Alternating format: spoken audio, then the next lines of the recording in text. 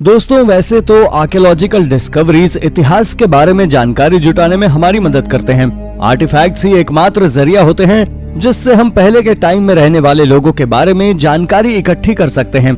लेकिन कुछ डिस्कवरीज ऐसी भी होती हैं जिन्हें देखकर साइंटिस्ट के भी होश उड़ जाते हैं। और आज हम आपको ऐसे ही 10 डिस्कवरीज के बारे में बताने जा रहे हैं जिसको साइंटिस्ट भी एक्सप्लेन नहीं कर पाए हैं। तो चलिए शुरू करते हैं आज की इस वीडियो को। Number 10, Chinese coin in Britain. Medieval time में चाइनीज रेजिडेंट्स और ब्रिटिश आइल्स में कोई कनेक्शन तो था। सुनने में यह भले ही आपको अजीब लग रहा हो, लेकिन ब्रिटेन में मिले इन शैंग डायनेस्टी यानी 960 से 1127 के बीच के टाइम के 2 कॉइन्स के लिए एक यही पॉसिबल जस्टिफिकेशन दिया जा सकता है। इन कॉइन्स का इंग्लैंड में 2 अलग अलग जगहों पर मिलना इन्हें और भी मिस्टीरियस बनाता है। पहला सिक्का चेशायर में 2018 में, जबकि दूसरा हैम्पशायर में 2021 की शुरुआत में खोजा गया। चाइना के ये 2 कॉइन्स इंग्लैंड में कैसे आए? क्या सालों पहले चाइना और इंग्लैंड के बीच कोई कनेक्शन था? इन बातों पर साइंटिस्ट अब भी मौन हैं। Number 9, slave trade. सितंबर 2020 में मेक्सिको के एक मरीन आर्कियोलॉजिस्ट ने एक पुरानी पैडल व्हील स्टीम बोट के अवशेष खोज निकाले। उनके हिसाब से ये एक स्लेव ट्रेडिंग वेसल था जिसका नाम ला यूनियन था। हिस्टोरियंस का कहना है कास्ट वॉर के समय इसी वेसल से मायान लोगों को क्यूबा ले जाया जाता था। 19th सेंचुरी के अंत तक स्लेव्स का व्यापार क्यूबा में इलीगल माना जाता था, लेकिन कुछ ट्रेडर्स फिर भी ला यूनियन जैसे ही बोट्स में मायान्स का व्यापार किया करते थे। पहले तो लोग ला यूनियन को मिथ समझते थे, लेकिन इस बोट का डिस्क्रिप्शन बिल्कुल ला यूनियन से मैच करता है। इसके अलावा ये भी 1861 में ही डूबा था। पेनिनसुला के युकाटान के सीसल कोस्ट पर ही डूबा था। तो क्या सालों पुरानी ये मिस्ट्री सुलझ गई है? एटलीस्ट साइंटिस्ट तो यही सोचते हैं। Number 8, petroglyphs of north America. North American continent पर यूरोपियंस के आने से बहुत पहले लाइफ स्टार्ट हो गई थी। हालांकि आज हमारे नॉर्थ अमेरिका की फर्स्ट सेटलर्स से पहले की ज्यादातर सिविलाइजेशंस और उनके कल्चर्स का डॉक्यूमेंटेशन कर लिया है, लेकिन रे ओयो के लियो पेट्रोग्लिफ आज भी हमारे लिए रहस्य बने हुए हैं। आज भी हम ये नहीं जानते कि इन्हें किसने और कब बनाया था। असल में ये पेट्रोग्लिफ 40 अलग अलग इमेजेस का कलेक्शन है जिसमें ह्यूमंस, बर्ड्स और एनिमल्स के फिगर्स बने हुए हैं। इसके अलावा इसमें कुछ ऐसी इमेजेस भी हैं जिनको समझ पाना काफी मुश्किल है, जैसे कि एक सींग वाली ह्यूमन जैसी आकृति जो कि शायद सुपर नेचुरल पावर का सिंबल रहा होगा। आर्कियोलॉजिस्ट का अनुमान है कि शायद इन पेट्रोग्लिफ्स को फोर्ट एंशिएंट लोगों ने बनवाया था, लेकिन इस थ्योरी के सपोर्ट में कोई एविडेंस नहीं मिला, इसलिए ये सिर्फ एक गेस ही है। Number 7, petroglyphs of California.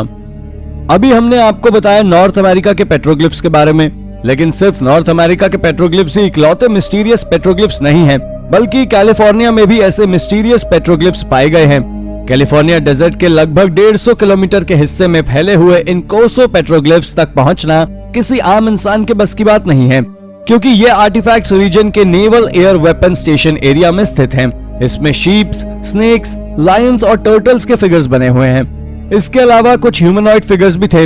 Archaeologist का कहना है कि ये पेट्रोग्लिफ्स किसी तरह की वर्शिप को रिप्रेजेंट करते हैं, लेकिन ये थ्योरी भी सिर्फ गेस है और साइंटिस्ट भी कोसो पेट्रोग्लिफ्स को एक्सप्लेन नहीं कर पाए हैं। Number 6, Y spiral. दोस्तों, अगर हम कार्विंग्स की बात कर रहे हैं तो सिर्फ पेट्रोग्लिफ्स ही एकमात्र मिस्टीरियस कार्विंग नहीं है। ऐसी ही एक और रहस्यमय कार्विंग का शेप है स्पाइरल, जिसे आज भी एक्सपर्ट्स डीकोड नहीं कर पाए हैं। ये किसी एक साइट पर नहीं, बल्कि दुनिया भर में अलग अलग आर्कियोलॉजिकल साइट्स पर, वहां के पत्थरों में, यहाँ तक कि कई बार लकड़ी पर भी है। लेकिन ये कार्विंग्स किसने बनाई, इसका साइंटिस्ट को भी कोई आइडिया नहीं है। क्योंकि ये कार्विंग्स दुनिया के कई हिस्सों से मिली है, इसलिए ये बता पाना भी मुश्किल है कि किन लोगों ने इन कार्विंग्स को बनाया था और इनका मतलब क्या था, और एंशिएंट लोगों ने इन्हें स्पाइरल शेप में ही क्यों बनाया। आपको क्या लगता है, हमारी गैलेक्सी मिल्की वे का स्पाइरल शेप और इन कार्विंग्स का शेप सेम होना सिर्फ एक कोइंसिडेंस है? अपना जवाब हमें कमेंट करके जरूर बताएं। Number 5, Sumerian artifact in Peru.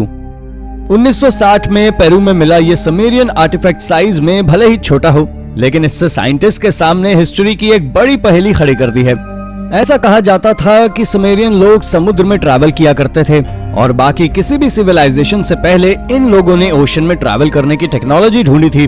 हालांकि कई लोग इसे रूमर भी मानते थे, पर अब इन पेरू में मिले इस सुमेरियन आर्टिफैक्ट ने इस बात को सच साबित कर दिया है कि ऐसा पॉसिबल हो सकता है कि सुमेरियन लोग पेरू आए हों, लेकिन कोई भी वैलिड थ्योरी देने से पहले साइंटिस्ट को इस तरह के और भी अवशेष खोजने होंगे।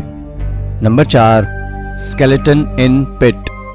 2020 के अंत में ब्रिटेन में एक रहस्यमय पिट स्केलेटन खोजा गया। ये स्केलेटन ब्रॉन्ज एज का था और हियरफोर्डशायर के बिशप स्टैटफोर्ड में पाया गया।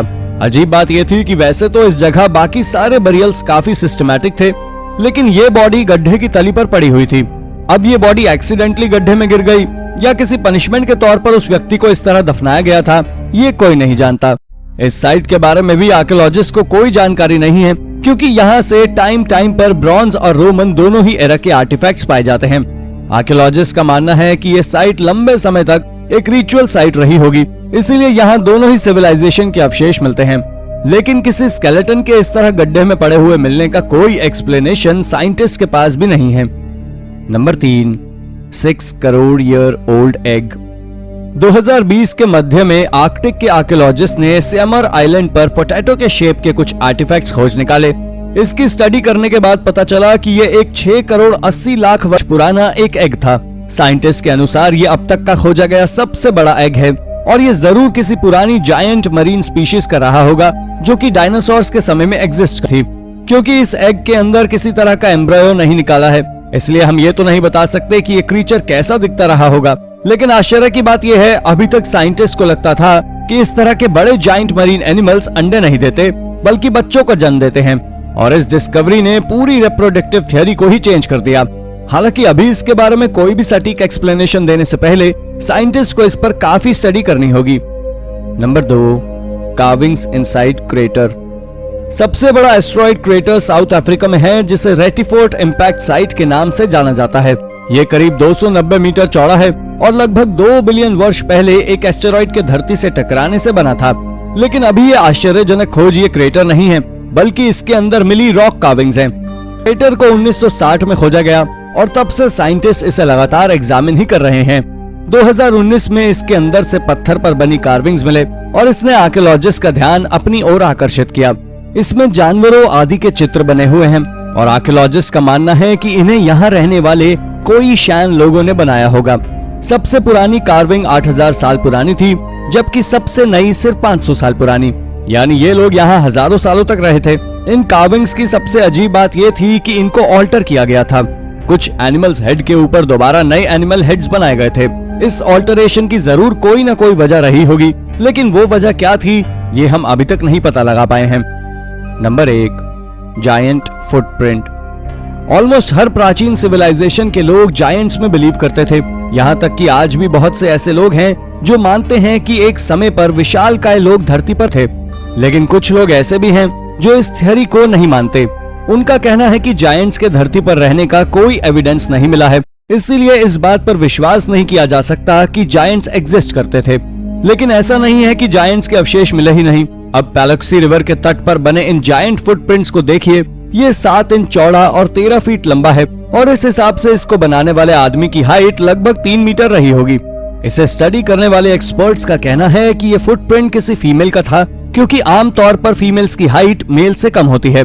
तो आप खुद अंदाजा लगा सकते हैं कि इस एरा में मेल्स की हाइट कितनी होती होगी। तो दोस्तों, ये थी 10 ऐसी डिस्कवरीज जिसको साइंटिस्ट भी एक्सप्लेन नहीं कर पाए हैं। इनमें से कौन सी खोज आपको सबसे रोचक लगी?